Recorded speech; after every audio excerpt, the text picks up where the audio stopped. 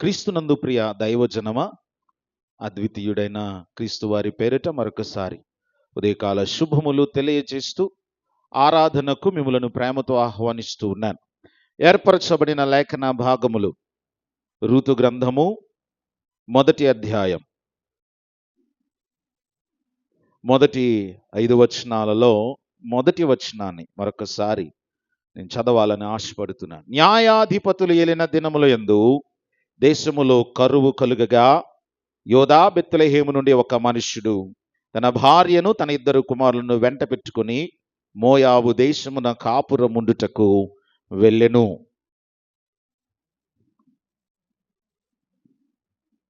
ప్రియులరా, గత వారం రూతు గ్రంథం పరిచయం చేసుకొని అందులో మొదటి మాట న్యాయాధిపతులు ఏలిన దినములు, కాలము ఎలాంటి ప్రతికూలమైన దినాలు అనే విషయాన్ని జ్ఞాపకం చేసుకున్నాం. న్యాయాధిపతుల కాలం అంటే ఇశ్రాయేలు చరిత్ర వాస్తవానికి ఇశ్రాయేలు చరిత్రలో ఒక రాజ్యముగా స్వాస్థ్యము దేవుడు వాగ్దానము చేసిన వాగ్దాన దేశమునకు వచ్చిన తర్వాత పరిపాలనా కాలము అనగా రాజ్యం యొక్క ఆరంభ కాలం, కరెక్ట్గా చెప్పాలనంటే ఇశ్రాయేలు ఒక రాజ్యముగా స్థాపించబడిన ఆరంభ దినాలలోనే ఆధ్యాత్మికంగా పతనావస్థకు, అంధకార పరిస్థితులకు వెళ్ళిపోయిందనే సంగతి గత వారం జ్ఞాపకం చేసుకున్నాం. ఆధ్యాత్మికంగా అంధకార యుగములోనికి ప్రజలు ఎప్పుడైతే వెళ్ళిపోయారో వారి నిర్ణయాలు కూడా దైవ ప్రేరణతో సంబంధము లేకుండా దైవ చిత్తము ఏమైందో తెలుసుకునే ఆ ఆలోచన, ఆసక్తి ఎవరిలో లేకుండా బహు భయంకరముగా ఎవరికి వారు తన ఇష్టానుసారంగా నిర్ణయాలు తీసుకొని తమ ఆత్మీయ జీవితంలో పతనావస్థలో ఉన్నారని కన్క్లూజన్లో ఇంకొక మాట జ్ఞాపకం చేశాను. ఎలీమెలకు అనే బెత్లెహేము వాసి తన కుటుంబాన్ని తీసుకుని మోయాబునకు వెళ్ళడానికి గల కారణం కూడా అదే నేచర్ ఎలీమెలకులో కూడా కనబడుతుంది. అందుకే దేవుని ఉద్దేశం ఏమై ఉన్నదో, దేవుని చిత్తం ఏమై ఉన్నదో అనే కనీసము దేవుని అడగడానికి కనీస ప్రయత్నము కూడా చేయకుండా మోయాబునకు వెళ్ళిపోయాడు అనే విషయాన్ని చెప్పాను. ఈరోజు ధ్యాన అంశం యు కాంట్ రన్ అవే. చెప్పండి, అంటే ఏం చేయకూడదు? మనం పారిపోవద్దు, పరిగెత్తొద్దు, ఆగాలి. ఎలీమెలకు చేసిన పని ఈరోజు ఇప్పటికే చాలా మంది చేస్తూ ఉన్నారు. పేరు చెప్పనా? మీరు నా వైపు వస్తారా? పేపర్స్ అన్ని పక్కనెట్టి నా వైపే కాన్సన్ట్రేట్ చేయాలి. ఆరాధన కదా, వాక్యమేనా? పెన్ను పెట్టారనంటే ఎవరు పెట్టారో మైక్లో పేరు వస్తుంది. మీ పేరెంట్స్ ఫీల్ అయినా పర్వాలేదు, వాక్యం వినాలి. ఓకే, అది దేవునికి మహిమ కలుగునుగాక. మనం చాలాసార్లు పరిగెత్తడానికే ఆసక్తి చూపుతూ ఉంటాం. ఒక ఏరియా నీకు నచ్చకపోతే, ఒక ఏరియా నీకు అంతగా ఆశీర్వాదకరంగా అనిపించలేదనంటే, ఒక కంపెనీ బాగోలేదంటే, ఇంకా ఏముంది అసలు ఆ పరిస్థితి అక్కడ ఏమై ఉంది, నా లోపం ఏముంది, లేదంటే అక్కడ కంపెనీ నిజంగా లోపం కలిగిందా, లేదంటే నా పరిస్థితి ఏముంది, ఆ ఇల్లే లోపమా, క్లారిటీ కొన్నిసార్లు లేకుండా పరిగెడతానే ఉంటారు చాలామంది. ఎక్కడ స్టాండర్డ్ అవ్వలేరు. సో ఈరోజు నువ్వు గమనించాలి, వాస్తవానికి దేవుడు ఆదికాండం 1వ అధ్యాయంలో చెప్పిన మాట, మన స్వరూపమందు మన పోలిక చొప్పున నరులను చేయుదము. అంటే మన స్వరూపము మన పోలిక అంటే అర్థం చెవులు, ముక్కు, కళ్ళు ఇది కాదు మెయిన్. ఆయన స్వభావం మెయిన్గా freedom of choice, decision making. అంటే దేవుడు నిర్ణయం తీసుకునే కెపాసిటీ ఇది కేవలం దేవునికి మాత్రమే చెందింది, దేవదూతలలో లేనిది అది. మీకు ఆ విషయం తెలుసా? దేవదూతలు ఎవరు కూడా తమ సొంత నిర్ణయాలు తీసుకొని దేవుని సన్నిధిలో పరిచర్య చేయరు. ఆ రైట్ వారికి లేదు. దేవుడు ఏం చెబితే అది మాత్రమే చేయాల్సిన విధి వారిది. కానీ మానవుణ్ణి దేవుడు అలా చేయలేదు. కీర్తనలు 8లో చాలా బాగుంటుంది. దేవుని కంటే వానిని కొంచెము తక్కువ వానిగా, అంటే దేవదూతల కంటే ఎక్కువ వారం మనం, దేవుని కంటే కొంచెము తక్కువ. ఈ ఉదయకాలమున గమనించాలి, God gave us freedom of choice. We can ignore the will of God and argue with it, disobey it, even fight against it. అంటే చాలాసార్లు దేవుని సన్నిధిలో దేవుని చిత్తం ఒకటి చేయమని చెబుతుంటే దేవుని చిత్తాన్ని చాలాసార్లు నిర్లక్ష్య పెడతాం. చాలాసార్లు దేవుని చిత్తం విషయంలో దేవునితో ఆర్గ్యూ చేస్తూ ఉంటాం, వాదిస్తూ ఉంటాం, అలాగే అవిధేయత చూపుతూ ఉంటాం. అలాగే చాలాసార్లు దేవుని చిత్తానికి వ్యతిరేకంగా ప్రణాళికలు చేస్తూ ఉంటాం. దేవుడు యాక్చువల్గా ఆయన మనలో ఉంచినటువంటి గొప్ప సామర్థ్యం ఏమిటనంటే మంచి నిర్ణయాలు తీసుకునే సామర్థ్యం, ఒక మంచిని ఎన్నుకునే సామర్థ్యం దేవుడిచ్చాడు. కానీ ఎన్నికలో లోపము కలిగి ఉంటాం. ఎన్నిక చేసే సామర్థ్యం ఇచ్చాడు, కానీ ప్రభువు ఏది ఎన్నిక చేయాలనేది దేవుని ఉద్దేశమని దేవుణ్ణి అడిగే ప్రయత్నం చేయం. చాలాసార్లు దేవుని చిత్తానికి వ్యతిరేకంగానే మన ఆలోచనలు కొనసాగుతూ ఉంటాయి. వాక్యం ఏం చెబుతుందో తెలుసా? కీర్తన 33:11లో యెహోవా ఆలోచన సదాకాలము నిలుచును, ఆయన సంకల్పములు తరతరములు ఉండును. దేవుని ఆలోచన స్థిరమైనది, దేవుని ప్రణాళిక స్థిరమైనది. కనుక ఎప్పుడైనా సరే మనం ఏదైనా నిర్ణయం తీసుకునే ముందు, దేవా నాకైతే ఈ ఆలోచన వచ్చింది, ఇంతకీ ఈ విషయంలో మీ ఆలోచన ఏమై ఉన్నది అని అడగాల్సిన బాధ్యత దేవుని పిల్లల మీద ఉన్నది అన్న సత్యం ఈరోజు నువ్వు గ్రహించాలి. ఎందుకనంటే దేవుడు మనల్ని సృష్టించిన తర్వాత పుట్టించిన మన ప్రతి ఒక్కొక్కరి విషయంలో ఆయనకు ఒక ప్రత్యేకమైన ఉద్దేశం ఉన్నది. దేవుడు నీ విషయంలో ఒక ఉద్దేశం కలిగి ఉన్నాడు, నా విషయంలో ఒక ఉద్దేశం కలిగి ఉన్నాడు. దేవుని యొక్క ఉద్దేశం లేకుండా ఎవరు అనాలోచనగా ఆయన ఏదో వేరే ధ్యాసలో ఉండి అనుకోకుండా వచ్చేసి నువ్వు తల్లి గర్భంలోనికి రాలేదు. దేవుని వాక్యం 139వ కీర్తన తెలియజేస్తుంది, మన అంతరింద్రియములు నిర్మించబడక మునిపే మన దినములన్నీ ఆయనకు మన పట్ల ఉన్న ప్రణాళికంతా చేసి మనల్ని పంపించాడు. కనుక ఎప్పుడైనా సరే నువ్వు ఏ పరిస్థితిని ఫేస్ చేస్తున్నా దేవాని ఆలోచన ఏమై ఉన్నదని అడగటం మొట్టమొదటిగా దేవుడు నీకు ఇస్తున్నటువంటి ఆలోచన. చూడండి దేవుని వాక్యములో దానియేలు గ్రంథము 4:35 దానియేలు గ్రంథము 4:35 ఎలాగో సెలవిస్తుంది, భూనివాసులందరూ ఆయన దృష్టికి ఎన్నికకు రాని వారు, ఆయన పరలోక సేన ఎడలను భూనివాసుల ఎడలను తన చిత్తము చొప్పున జరిగించువాడు. ఆయన చేయి పట్టుకొని నీవేం చేయుచున్నావు అని ఆయనతో చెప్పుటకు ఎవడు సమర్థుడు కాడు. చాలాసార్లు తెలియకుండా మనం ఎన్నిసార్లు ఈ మాట ఉంటాము, దేవా నువ్వేం చేశావు? వాక్యం ఏం చెప్తుంది? ఆయనను నువ్వు ఎందుకు ఇలా చేశావు అని అడగడానికి సమర్థత మనిషిలో లేదు అని అంటే ఎన్నోసార్లు ప్రతికూల పరిస్థితులు అని భయపడి తట్టుకోలేకో, లేదా అసలు తట్టుకునే సామర్థ్యం నీకు ఇవ్వబడిన సమర్థత లేని వాడిగా నిన్ను నీవు ఊహించుకొను. ఎన్నోసార్లు నన్ను ఇక్కడ ఎందుకు ఇలా ఉంచావు, నన్ను అసలు ఎందుకు పుట్టించావు, నేననేవాడిని లేకపోతే నా కుటుంబానికి సమస్యలు ఉండవు కదా, నేను నా పుట్టుక లేకపోతే అసలు నన్ను బట్టి ఇన్ని బాధ్యతలు, లేదా నా గురించి ఇంతమంది మాటలు, నా వల్ల ఇన్ని పరిస్థితులు ఫేస్ చేయాల్సి వచ్చేది కాదు కదా, నేను అనే వ్యక్తినే లేకుండా ఉంటే బాగుండేదే. ఇది మన మాటే కాదు, యోబు గారు కూడా ఇలాగే అన్నారు. నేను పుట్టిన దినము శపించబడునుగాక, మగబిడ్డ పుట్టాడన్న వార్త నా తండ్రికి వినబడకుండా ఉండును గాక అంటాడు ఆయన. సో వాక్యం చెబుతుంది. కానీ దేవుడు ఏమంటున్నాడో తెలుసు, నువ్వు అలా ఆలోచించొద్దు.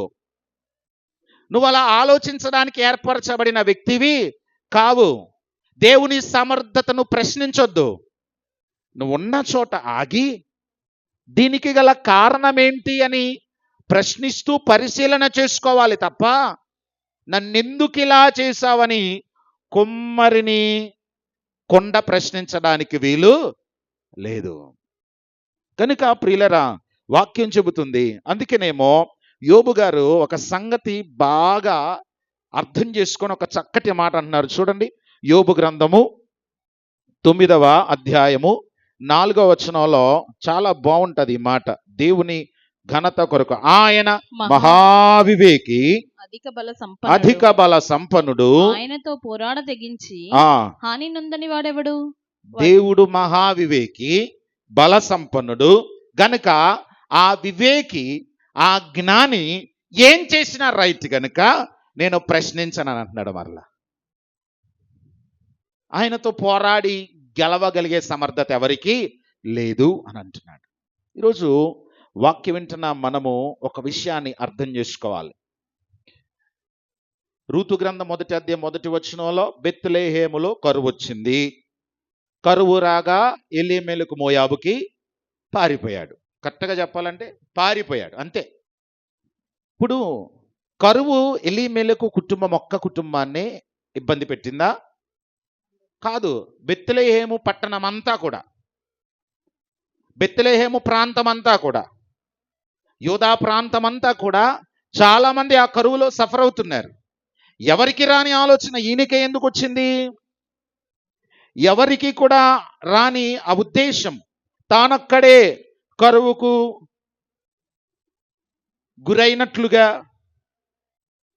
పారిపోవాల్సిన పరిస్థితి ఏమొచ్చింది? వాక్యం క్లియర్గా చెబుతుంది.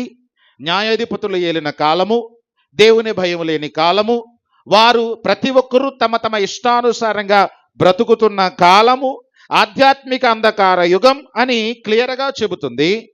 ఆ అంధకారము తర్వాత ఆలోచించవలసింది ఏంటనంటే, అంధకారమునకు గల కారణము ఏమై ఉన్నది, ఈ కరువు యొక్క ఉద్దేశం ఏంటి అని కదా నిజమైన విశ్వాసి పరిశీలించుకోవాలి.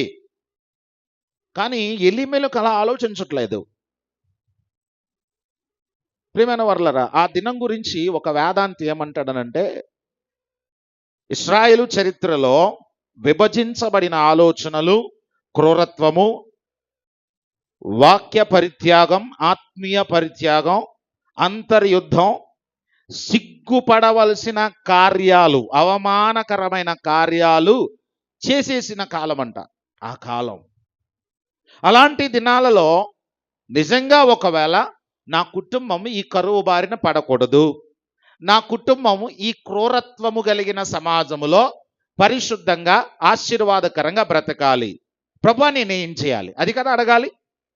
ఎందుకనంటే ఎక్కడో ఐగుప్తు దేశములో బానిసగా బ్రతకవలసిన నిన్ను వాగ్దాన దేశమునకు తోడుకొని వచ్చి రాజ్యముగా కట్టి, కట్టని ఇళ్లలో నివసింపజేసి, నాటని చెట్ల ఫలములను అనుభవింపజేసి, తోటలనిచ్చి, భూములనిచ్చి, ఇంత స్వాస్యమును దేవుడు అప్పగించి, ఎప్పుడు యుద్ధానికి వెళ్తున్నా అవిధేయతతో ఉన్న ప్రజలు ప్రభువా మా దిక్కు నీవే అని అడుగుతున్న ప్రతిసారి న్యాయాధిపతుల గ్రంథంలో అదే చూస్తాం.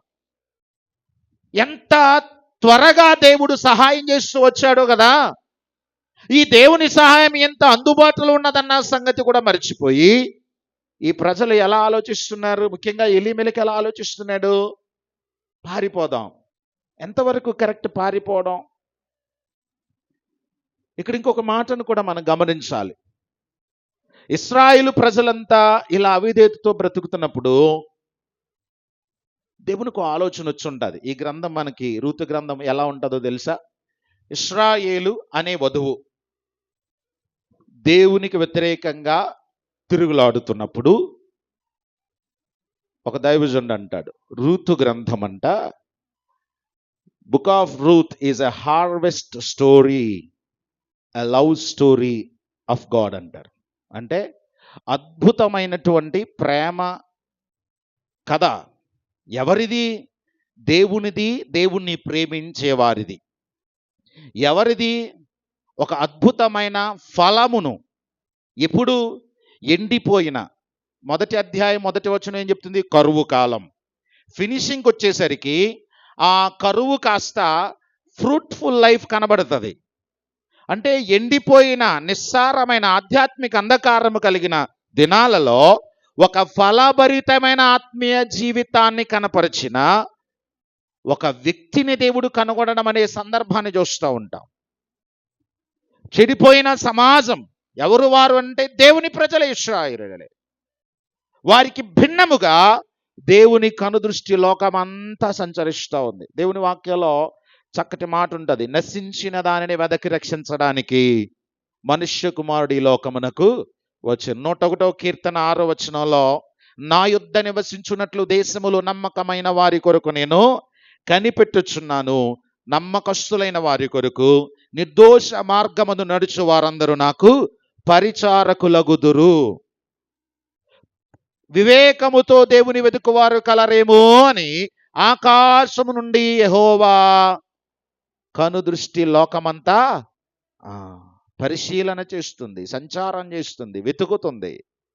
ఆ వెతుకుతున్నప్పుడు ఎలీమెలకు కుటుంబము కూడా కనబడలేదు, కానీ రూతు గ్రంథంలో ఒక అన్యురాలు, దేవునితో సంబంధము లేని ఒక విధవరాలు దేవుని కనుదృష్టిని ఆకర్షించింది, దేవుని కృపను సంపాదించుకుంది అనే అద్భుతమైన సంఘటన ఈ చరిత్రలో మనకి క్రొత్త నాందిని కలిగిస్తూ ఉంది.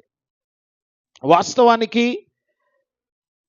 మనము ఎలీమెలకు చరిత్రని పరిశీలించుకుంటే, ఎలీమెలకు కరువు ద్వారా సంభవించే చావు నుండి తప్పించుకోవాలని మోయాబుకి వెళ్ళిపోయాడు. అంతే కదండి? కరువు, ఒకవేళ ఈ కరువు ఇలాగే కొనసాగితే నేను, నా భార్య, నా కుమారులిద్దరూ చచ్చిపోతాం. అందుకు పరిగెత్తిపోయాడు మోయాబుకి. జాగ్రత్తగా గమనిస్తే పారిపోవడం అయితే జరిగింది, కానీ చావుకి మాత్రం దొరికేశారు. ఇక్కడ ఏదైతే జరగకూడదని అనుకున్నాడో, ఏ చావును తప్పించుకోవడానికి మోయాబుకు ప్రయాణం చేశాడో, ఆ చావుకి ఎలీమెలకు ఆయన కుమారులిద్దరూ కూడా గురైన సందర్భం మనకి చాలా విచారకరమైన పరిస్థితులను కలిగిస్తూ ఉంటుంది.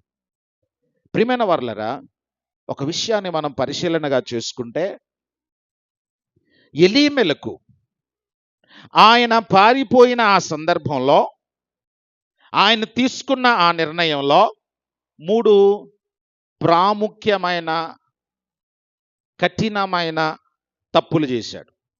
ఆయన తీసుకున్న నిర్ణయం ఒకటే, కానీ ఆ నిర్ణయములో 3 భయంకరమైనటువంటి తప్పులు కనబడతాయి. ఆ తప్పులు చాలాసార్లు తెలియకుండా మన ఆత్మీయ జీవితంలో కూడా మనము చేసేసుకుంటూ వెళ్ళిపోతుంటున్నాం. ఈరోజు ఆ స్థితి మనలో ఉండకూడదన్న విషయాన్ని జ్ఞాపకం చేసుకోవాలి ఈ సందేశము ద్వారా. ముఖ్యంగా 1 నిమిషం అక్కడ మొదటి అధ్యాయం మొదటి వచనంలో బెత్లెహేములో కరువు గురించి 1 నిమిషం ఆలోచిద్దాం.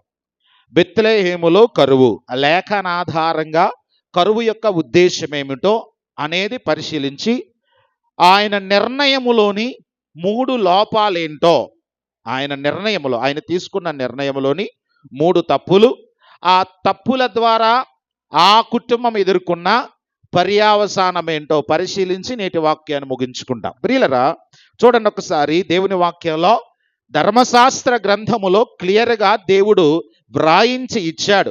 కరువు సంభవించినప్పుడు దేవుని పిల్లలు ఎలా పరిశీలన చేసుకోవాలో, దేవుని కుటుంబాలలో కలిగే కరువు పరిస్థితులకు గల కారణాలు ఏమై ఉంటాయో దేవుడు ముందుగానే ధర్మశాస్త్రములో వ్రాయించి ఇచ్చాడు.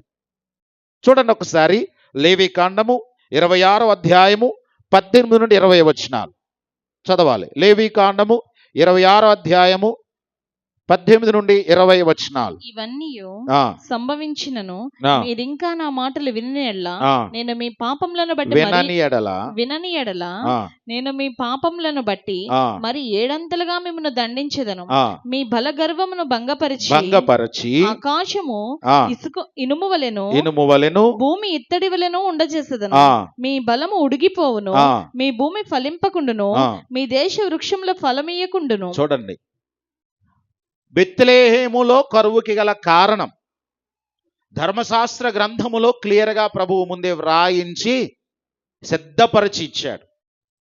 ఎందుకు ఆ కరువు సంభవించింది అనంటే, పోయిన వారం జ్ఞాపకం చేసుకున్నాం, ప్రతివాడు తన తన ఇష్టానుసారంగా నడుచుకుంటున్నాడు అనంటే, నా ఇష్టానుసారంగా నేను నడుచుకోవడం అనంటే నేను ఎవడి మాట విననవసరం లేదు, నాకు అన్నీ తెలుసు, నేను ఏదైనా చేయగలనని అనుకుంటున్నానంటే అర్థం నాకు గర్వం ఎక్కువైందని. నువ్వు ఒకవేళ అదే నేచర్తో ఉంటే, ఎవరి మాట వినకుండున్నావనంటే గర్వము కలిగిన దానవు, గర్వము కలిగిన వాడవు అని లోపము సరి చేసుకొని తత్వము గర్వ హృదయం అని గత వారం జ్ఞాపకం చేసుకున్నాం. ఆ గర్వముతోనే ఎలీమెలకు కూడా దేవుణ్ణి ఆశ్రయించలేదు. నా నిర్ణయం రైట్ అనుకొని ముందుకెళ్ళిపోయాడు. నా ఇష్టానుసారంగా నేను ఉంటాను అని ఎవరైనా అంటున్నారనంటే, నువ్వెవడవు నాకు చెప్పడానికి అని అంటున్నారనంటే, నాకు అన్నీ తెలుసు అని అంటున్నారనంటే ఖచ్చితంగా గర్వము ఏలుబడి చేస్తుందనే విషయాన్ని గుర్తు చేసుకోవాలి. ఇక్కడ క్లియర్గా చెబుతుంది. అందుకే లేవీ కాండములో మీరు నా మాట వినలేదు గనుక మీ పాపములను బట్టి ఏడంతలుగా మిమ్మల్ని దండించి మీ బలగర్వమును భంగపరచి, అంటే ఏదైతే నీకు శక్తి, సామర్థ్యము, జ్ఞానం అన్నీ ఉన్నాయని అనుకుంటున్నావో దానిని భంగపరిచి ఆకాశము ఇనుము వలె భూమి ఇత్తడి వలె, అంటే కరువుకి కారణం ఏమండి? ఇనుము ఆకాశం అయిపోతే ఆకాశం నుంచి ఏమొస్తుంది? ఎల్నినో. అదే అంతే కదా, ఎల్నినో. ఏమైంది మొన్న సమ్మర్ అంతా? 24 గంటలు ఏసీ ఆన్లోనే లేదా? 24 గంటలు ఏసీ ఆన్లోనే ఉంది. ఎంత ఏసీ ఆన్లోనున్నా ఇల్లు ఏమన్నా కూల్గా ఉంటుందా? ఒక్క నిమిషం రెస్ట్ ఇద్దామని దానికోసం ఆపితే మనకి రెస్ట్ లేకుండా అయిపోయినట్టుంది. ఆకాశము ఇనప రేకు స్లాబ్ అయితే, పై టాప్ ఇనప రేకు అయితే ఎండ దెబ్బకి ఆ రేకు ఎలా ఉంటుంది? ఇప్పుడు అలాగే ఉంది. ఆకాశం ఇనుము, పైనుంచి చొక్క నీరు పడకపోతే భూమి ఏమైపోద్ది? ఆ వేడికి భూమిలో నుంచి ఇంకా ఆవిరి ఫలించడానికి, భూమి దున్నడానికి, విత్తనం వేయడానికి అవకాశము లేని పరిస్థితులు. వారికి ఆల్రెడీ మోషే ద్వారా ఇవ్వబడిన ధర్మశాస్త్రం అందుబాటులో ఉంది, ప్రత్యక్ష గుడారం ఉంది, యాజకులు ఉన్నారు, ఏలీ యాజకుడిగా పరిచర్య చేస్తున్న కాలం అది. అయినా సరే లోపం ఏంటి అని ప్రభువు సన్నిధిని ఆశ్రయించలేదు. ఎలీమెలకు అనే వ్యక్తి కనీసం శ్రద్ధ చూపలేదు. ఇంకొక మాట చూద్దాం. ద్వితీయోపదేశకాండం 28వ అధ్యాయం 15వ వచనం, 23 నుండి 24 వచనాలలో కూడా నేడు నేను నీకు ఆజ్ఞాపించు ఆయన సమస్తమైన ఆజ్ఞలను కట్టడలను నీవు అనుసరించి నడుచుకొనవలెనని నీ దేవుడైన యెహోవా సెలవిచ్చిన మాట వినని ఎడల ఈ శాపములన్నీ నీకు సంభవించును. ఏం చేయకపోతే? వినని ఎడల ఈ శాపములన్నీ సంభవించును. 23, 24లో నీ తలపై నీ ఆకాశం ఇత్తడి వలె ఉండును, నీ క్రిందనున్న నేల ఇనుము వలె ఉండును. యెహోవా నీ దేశపు వర్షమును ధూళిగాను బుగ్గిగాను చేయును. చూడండి, నీవు నశించే వరకు అది ఆకాశం నుండి నీ మీదికి వచ్చును. దేశపు వర్షమును ధూళిగాను బుగ్గిగాను వర్షం పడుతుంది. అవునా? అప్పుడప్పుడు వర్షం పడుతుంది, మబ్బుగా ఉంటుంది, కానీ భూమిని తడిపేంత వర్షమా? ఫలములు ఇచ్చేంత వర్షమా? భూమి దున్ని వ్యవసాయము చేసేంత వర్షం పడుతుందా? ఈరోజు మనం కూడా పరిశీలన చేసుకోవాలి.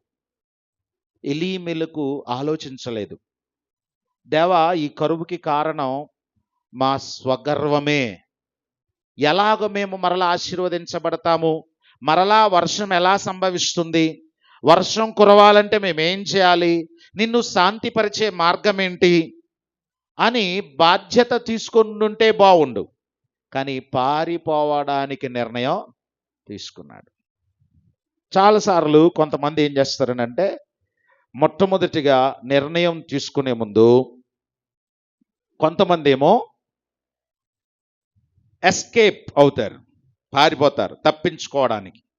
కొంతమంది ఎన్లిస్ట్ అంటే నమోదు చేస్తారు, ఎంత శ్రమ అని లెక్కలేసుకుంటా కూర్చుంటారు.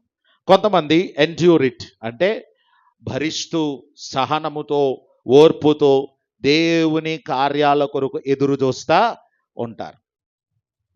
మనము పారిపోవడానికి ఏర్పరచబడిన వారం కాదు, లెక్కలు వేసుకుంటూ కూర్చోవడానికి కూడా కాదు. లెక్కలు వేసుకునే నేపథ్యం ఎలా ఉంటుందనంటే,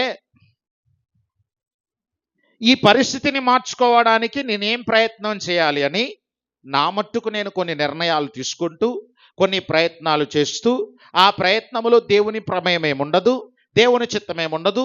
ప్రయత్నం వెంబడి ప్రయత్నం చేస్తూ ఫెయిల్యూర్ అవుతూ ఫెయిల్యూర్స్ డామినేట్ చేస్తూ, ఇంకా మన ప్రయత్నాలు పెరిగిన కొద్దీ సమస్య మరింత జటిలంగా ఊబిలాగా భయంకరంగా మారిపోతూ ఉంటే, దేవుడు ప్రయత్నం చేయమని ఏం చెప్పలా. ఫస్ట్ ఏం చేయాలనంటే ఓర్పు సహనమును,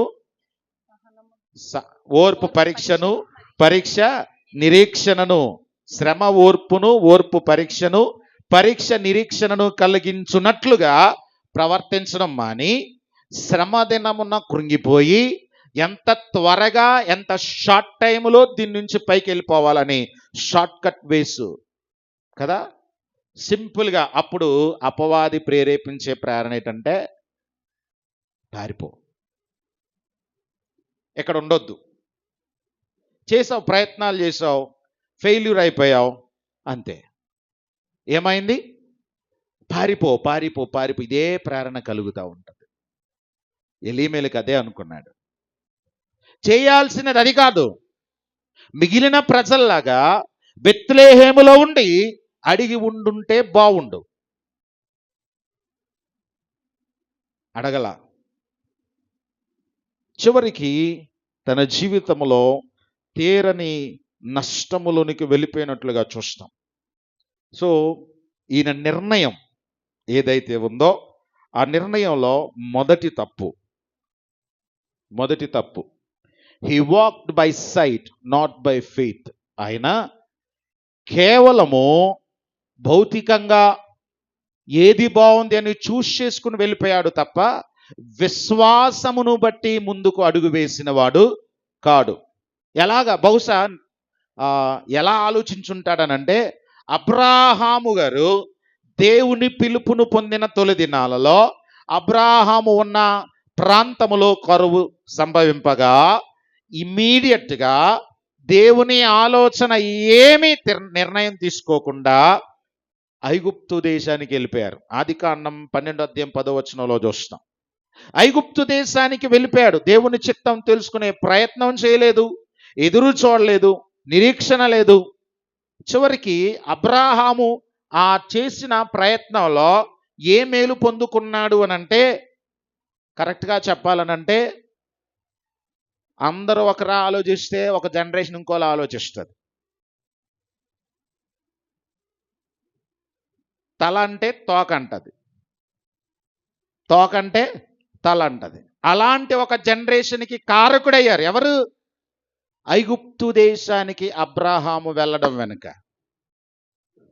అక్కడికి గనక వెళ్ళకపోతే హాగరు అనే దాసి శారమ్మ వెంట వచ్చేది కాదు. సిలువకు వ్యతిరేకంగా ఒక రిలీజియన్నే, దేవుని వాక్యానికి కాపీ పేస్ట్లా ఉండే ఒక మత గ్రంథాన్ని సృష్టించినటువంటి పరిస్థితి భూమి మీద ఉండేది కాదు వాస్తవానికి. ప్రియులరా, ఐగుప్తు దేశంలో వెళ్ళటం వలన అక్కడ సమస్యలు కొని తెచ్చుకోవడమే కాదు, భవిష్యత్తులో సిలువకు వ్యతిరేకులైన ఒక తరమే పుట్టడానికి కారణమైపోయాడు తెలియకుండానే. కరెక్ట్గా ఆలోచించండి, నేను అన్నది వాస్తవమో కాదు. హాగరు గనక లేకపోతే ఇస్లాం అనేది ఉండదు. ప్రియమైన వర్లరా, దేవుని ప్రేమ, ఇక్కడ ఇంకొక విషయం చెప్పనా, మనము అలాగూ తప్పు వెంబడి తప్పు మన సొంత నిర్ణయాలతో చేసేసుకుంటున్నా, దేవుని కృప ఏంటనంటే కన్నెర్ర చేయల. పాత నిబంధన కాలంలోనైనా ఇప్పుడైనా వెయిట్ చేస్తున్నాడు దేవుడు. వస్తావు, నన్ను ఆశ్రయిస్తావు, నేను నీకు సహాయం చేయడానికి సిద్ధంగా ఉన్నాను, నువ్వు గుర్తిస్తావని దేవుడు ఎదురు చూస్తూ ఉన్నాడు. ప్రియులరా, సేమ్ ఈయన ఎలీమెలకు గారు కూడా విశ్వాసమును బట్టి ఆలోచించకుండా, కొన్నిసార్లు సమస్య తీవ్రత పెరిగినప్పుడు నీ జీవితంలో పరిస్థితులు ఎంత ప్రతికూలంగా ఉన్నా సరే, నువ్వు గమనించాల్సిన విషయం ఏంటంటే, నీకు సురక్షితమైన ఒక మంచి స్థానం, అది నీవు అంగీకరించడానికి కష్టంగా ఉన్నా దేవుని చిత్తమే నీకు మేలైన స్థానం. ఏంటి దేవుని చిత్తం అనంటే, ఆ శ్రమలో నీవు నిలవబడి ఉండడం, ఆ పెయిన్ని నీవు భరించడం, ఆ ఇబ్బందిలో నీవు స్టాండర్డ్ అవ్వటం, ఆ భారములో ఆ సహనములో నీవు నేర్చుకోవలసిన ఆత్మీయ పాఠాలు నేర్చుకున్న తర్వాత ఆ మీదట వచ్చే ఆశీర్వాదాలు శ్రమను మరిచిపోయేంతగా ఉంటాయి. కానీ మనం ఏం చేస్తూ ఉంటామంటే పారిపోవడానికి ప్రయత్నం చేస్తాం. కొన్నిసార్లు మన ప్రయత్నం ఎలా ఉంటుందో తెలుసా? చూడండి, 55వ కీర్తన 6వ వచనంలో దావీదు గారు ఎంత చక్కగా అన్నారో మనం కూడా చాలా సార్లు అనుకున్న మాటే. 55వ కీర్తన 6వ వచనం. ఆహా, ఆహా, గువ్వ వలె నాకు రెక్కలున్న ఎడల నేను ఎగిరిపోయి నెమ్మదిగా నందునే, త్వరపడి దూరముగా పారిపోయి పెనుగాలిని సుడిగాలిని తప్పించుకుని అరణ్యంలో నివసించి యుందునే అనుకుంటున్నామా? సమస్యలకి శ్రమలకి దూరంగా నాకు 2 రెక్కలుంటే బాగుండు, ఎవ్వరు లేని ప్రదేశానికి వెళ్ళిపోయి ప్రశాంతంగా కాలం గడుపుదును, నేనే స్పైడర్ మ్యాన్ అయితే, నేనే వీళ్ళు అనుకుంటారు. సండే స్కూల్ యూత్ పిల్లలు, నేను ఐరన్ మ్యాన్ అయి ఉంటే, సూపర్ మ్యాన్ అంటే సర్రని ఇలా అనగానే దూసుకొని ఆకాశంలోకి వెళ్ళిపోతాను, ఇక్కడ భూకంపం అయినా కానీ నాకే సమస్య ఉండదు. చాలాసార్లు శ్రమలో ఇలా అనుకుంటామంట, శ్రమ లేకుండా ఉండడానికి నేను పారిపోవడానికి ఒక 2 రెక్కలుంటే సరిపోతాయి కదా అనిపిస్తుంది. దావీదే అనుకుంటున్నాడనంటే ఖచ్చితంగా మనకు అనిపించదా? ఖచ్చితంగా అనిపిస్తుంది. దీనిలాగే ఉండే ఒక మంచి వచనం చెప్పనా? యెషయా గ్రంథం 40వ అధ్యాయం 31వ వచనం.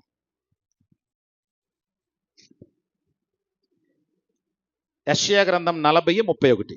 యెహోవా కొరకు ఎదురు చూచువారు నూతన బలము పొందుకొందురు, వారు పక్షిరాజుల వలె రెక్కలు చాచి పైకి ఎగురుదురు, అలయక పరిగెత్తుదురు, సొమ్మసిల్లక నడిచిపోవుదు. ఎక్కడ రెక్కలు ఉన్నాయి అక్కడ రెక్కలు ఉన్నాయి, ఎక్కడ ఎగిరిపోతున్నారు అక్కడ ఎగిరిపోతున్నారు. డిఫరెన్స్ ఏంటో తెలుసా? అక్కడ శ్రమ, దావీదు గారు రాసిన కీర్తనలో శ్రమ నుండి తప్పించుకొని పారిపోవడానికి, సుడిగాలిని పెనుగాలిని ప్రతికూల పరిస్థితిని దాటిపోవడానికి నాకు రెక్కలుంటే బాగుండు అని అనుకుంటున్నాడు. కానీ యెషయా గ్రంథం 40:31లో దేవుడు ఏమంటున్నాడో తెలుసా? నీవు నీ శ్రమలో నీ ప్రతికూల పరిస్థితుల్లో పారిపోవడం కదా, నువ్వు అక్కడే ఉండు, నిరీక్షణతో ఎదురు చూడు. నువ్వు రెక్కలుంటే బాగుండు కాదు, రెక్కలు కలిగిన పక్షిరాజు ఎంత ఉన్నతమైన స్థితిలో ఎగిరి మేఘమండలానికి పైన, మెరుపుకి పైన, కింద కుండపోత వర్షం కురుస్తుంటేనంట పక్షిరాజు మేఘమునకు పైన హాయిగా విహరిస్తాడట. అరణ్యంలో దాక్కునే రెక్కలు కావాలా? మేఘపు వర్షమును పెనుగాలిని కూడా తప్పించి ఉన్నతంగా టీవీగా దేవుడిచ్చిన రెక్కలు చాపుకొని మేఘమునకు పైన ఎగిరే రెక్కలు కావాలా? ఒకసారి ఆలోచించుకోవాలి. మనం చాలాసార్లు 2 రెక్కలుంటే బాగుండు, ఎగిరిపోదామన్న ఆలోచనలోనే ఉంటాం.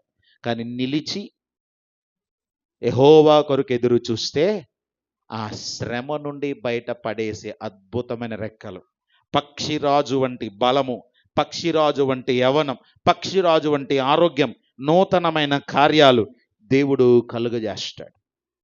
అందుకే దేవుని పిల్లల కొరకు దేవుడిచ్చిన కొన్ని అద్భుతమైన లేఖనం ఏంటో తెలుసా? హబక్కూకు గ్రంథంలో నేను చాలాసార్లు చెప్తాను, మొదటి అధ్యాయం అంతా మనలాగే నిరాశతో, నిస్పృహతో, నేను మంచిగా ఉన్నాను, వాళ్ళు చెడ్డగా ఉన్నారు, మంచిగా భక్తిగా యథార్థంగా నీతిగా ఉంటున్న మేము క్రైస్తవులము లేదా ఇశ్రాయేలీలం ఇంతే శ్రమలో ఉన్నాం, కానీ మమ్మల్ని హింసించేవారు, మమ్మల్ని కొట్టేవారు, మమ్మల్ని బాధించేవారు వాళ్ళు చాలా బాగున్నారు, ఏంటి పరిస్థితి? ఎన్నోసార్లు అనుకుంటా ఉంటాం. 2వ అధ్యాయానికి వచ్చేసరికి దానికి జవాబుగా అదే భక్తునితో అంటాడు, నీతిమంతుడు విశ్వాస మూలముగా బ్రతుకును. ఎలి మెలుకులు లేనిదేంటో తెలుసా? విశ్వాసం.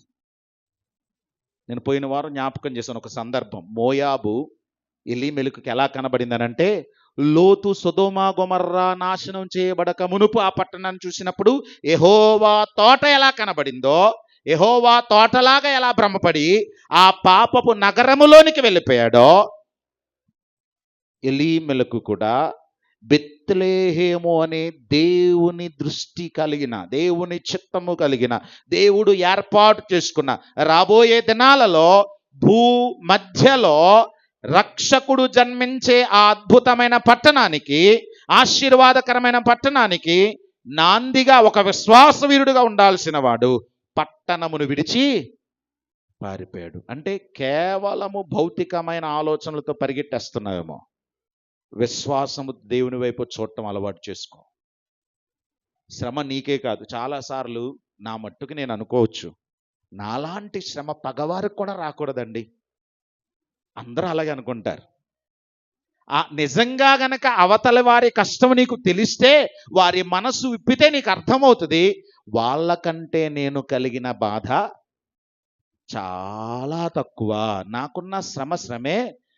కానీ అలా ఒకరి సమస్యలు ఒకరికి తెలియవు గనుక నాదే ఎక్కువ అని అనుకుంటాం.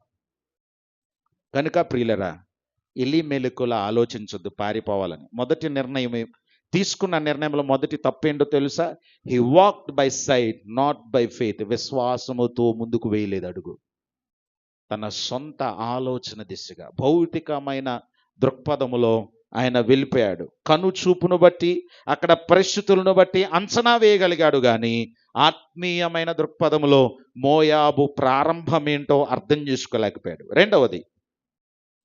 రెండవది he majored on the physical and not the spiritual. అంటే వయస్సు రీత్యా ఆయన పెద్దోడయ్యాడు, ఆధ్యాత్మికతలో మాత్రం అసలు ఎదుగుదలే లేనివాడు, చిన్నవాడు. ఎందుకు అనంటే దేవుని వాక్యం స్పష్టంగా తెలియజేస్తుంది. ముఖ్యంగా స్త్రీ తల్లులు కానీ, తండ్రులు కానీ, పురుషులు కానీ గమనించాలి. మీరు తీసుకునే నిర్ణయాలు మీ కుటుంబానికి గమ్యాన్ని నిర్దేశిస్తాయి. ఈ మాటలో మనం గమనించవలసింది, ఒక భర్త కానీ, భార్య కానీ తన ఇంటికి ఆశీర్వాదకరంగా ఉండాలి తప్ప ఆశీర్వాదాలను పోగొట్టుకునేలాగా బ్రతకూడదు. అత్యంత ప్రాముఖ్యంగా పురుషులు జాగ్రత్తగా గమనించాలి. నేను ఎప్పుడు చెప్తాను, ఆశీర్వాదానికి కారకులు ఎవరు అనంటే స్త్రీ కాదు, మొదటిగా పురుషుడే మొదట చేయబడ్డాడు. పురుషుడే ఆశీర్వాద కారకుడుగా ఉండాలి. బైబిల్ అంతా చెప్పే మాట ఏంటంటే యెహోవా యందు భయభక్తులు గలవాడు అని అంటది. నిజంగా నేను ఆల్రెడీ ఫాదర్స్ డే రోజున చెప్పాను ఈ లెక్క. ఇంటిలో కూతురు రక్షించబడితే ఆ కుటుంబం రక్షించడం అనేది 13% అయితే, తల్లి రక్షించబడితే ఆ కుటుంబం రక్షించబడడానికి 30% అయితే, తండ్రి రక్షించబడితే ఆ కుటుంబం రక్షించబడడానికి 93% జరుగుతుందట.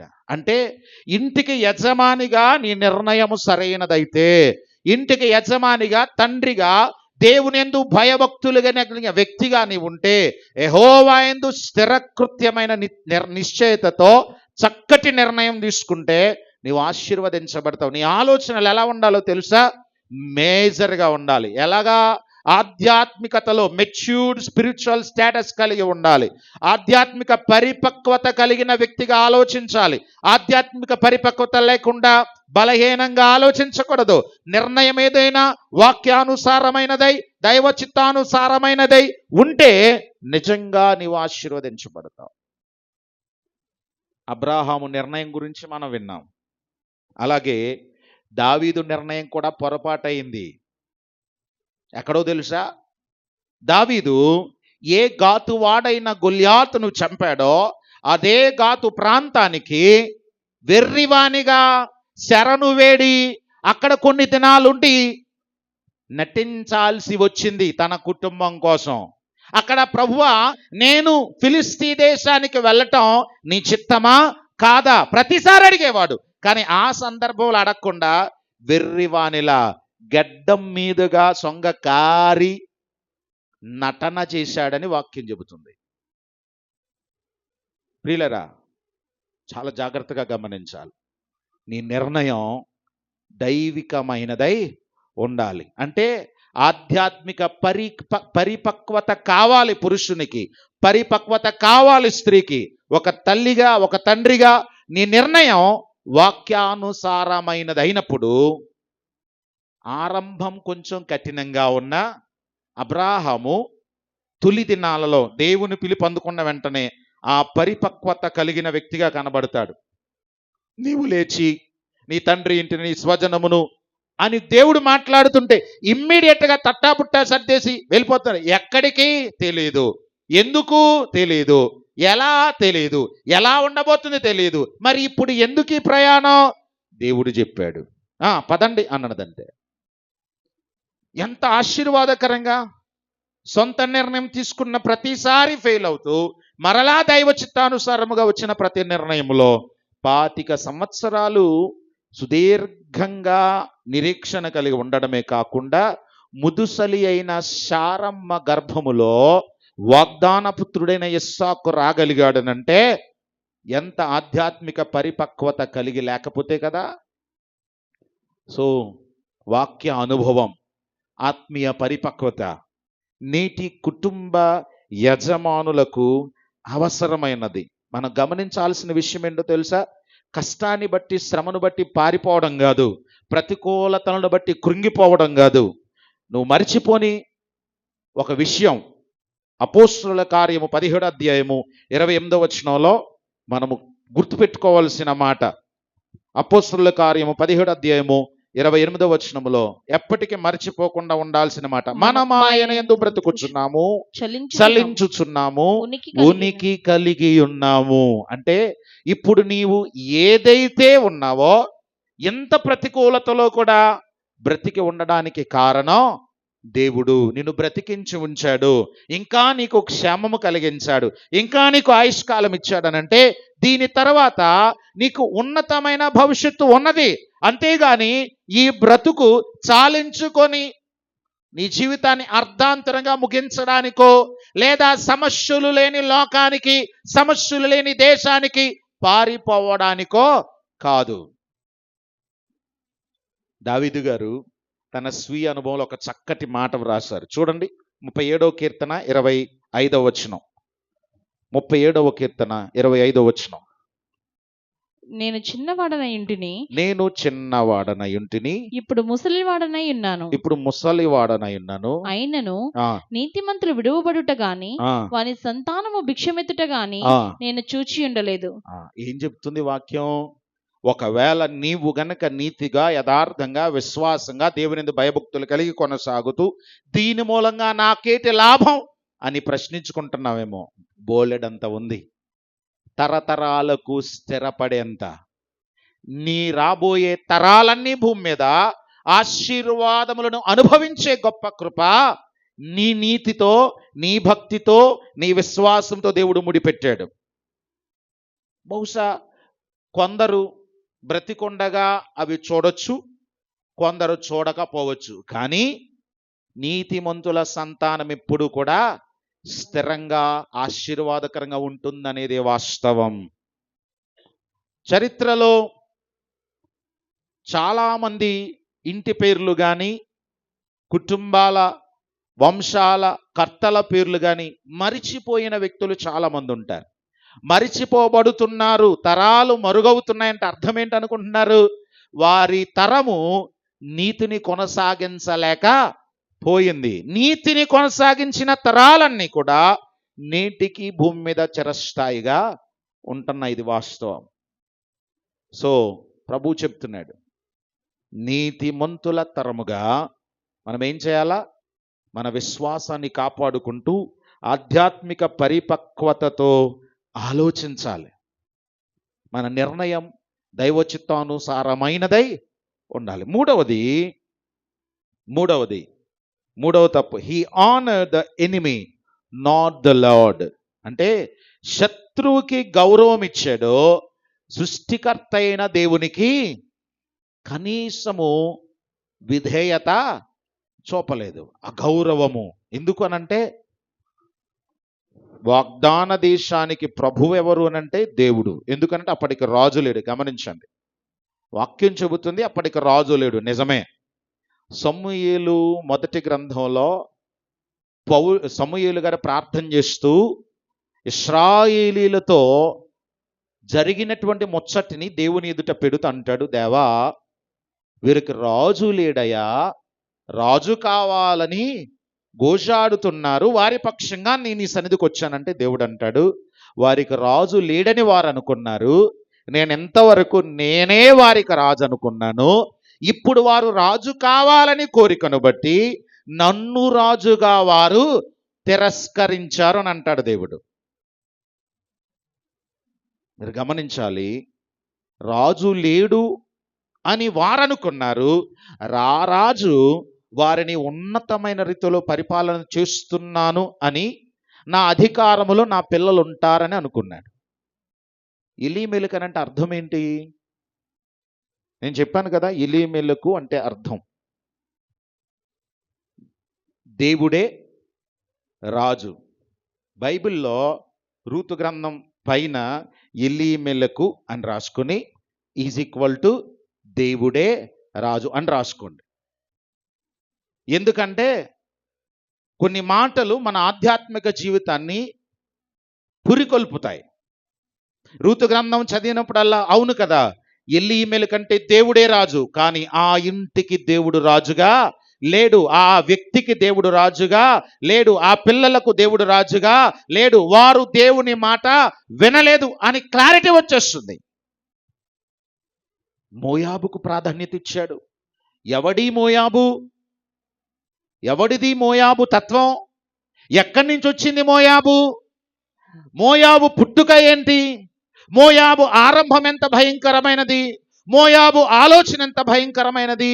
మోయాబు చరిత్ర దేవునికి ఎంత ప్రతికూలమైంది? లోతు పెద్ద కుమార్తె కుమారుడు మోయాబు తరం.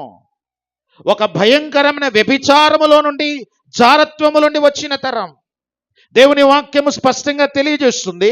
సంఖ్యాకాండం 22 నుండి 25 వచనాలలో దేవుని పిల్లలను శపించడానికి నిర్ణయం తీసుకున్న తరం.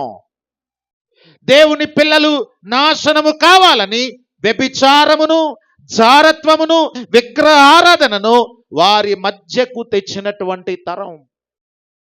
ఇర్మియా గ్రంథం 28వ అధ్యాయము మనం క్లియర్గా గమనిస్తే 48వ అధ్యాయములో మోయాబు కొరకైన తీర్పు అక్కడ కనబడుతుంది.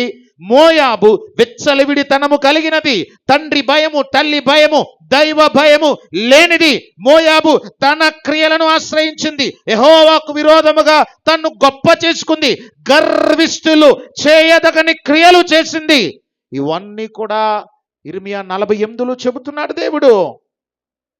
ఇలాంటి మోయాబు, దేవునికి కనీస భయము చూపని మోయాబు, దేవునికి విధేయత చూపని మోయాబు, ఆల్రెడీ న్యాయాధిపతుల చరిత్రలో సుమారుగా 18 సంవత్సరాలు మోయాబు రాజు ఇశ్రాయేలీలను పరిపాలించి ఇబ్బంది పెట్టాడు.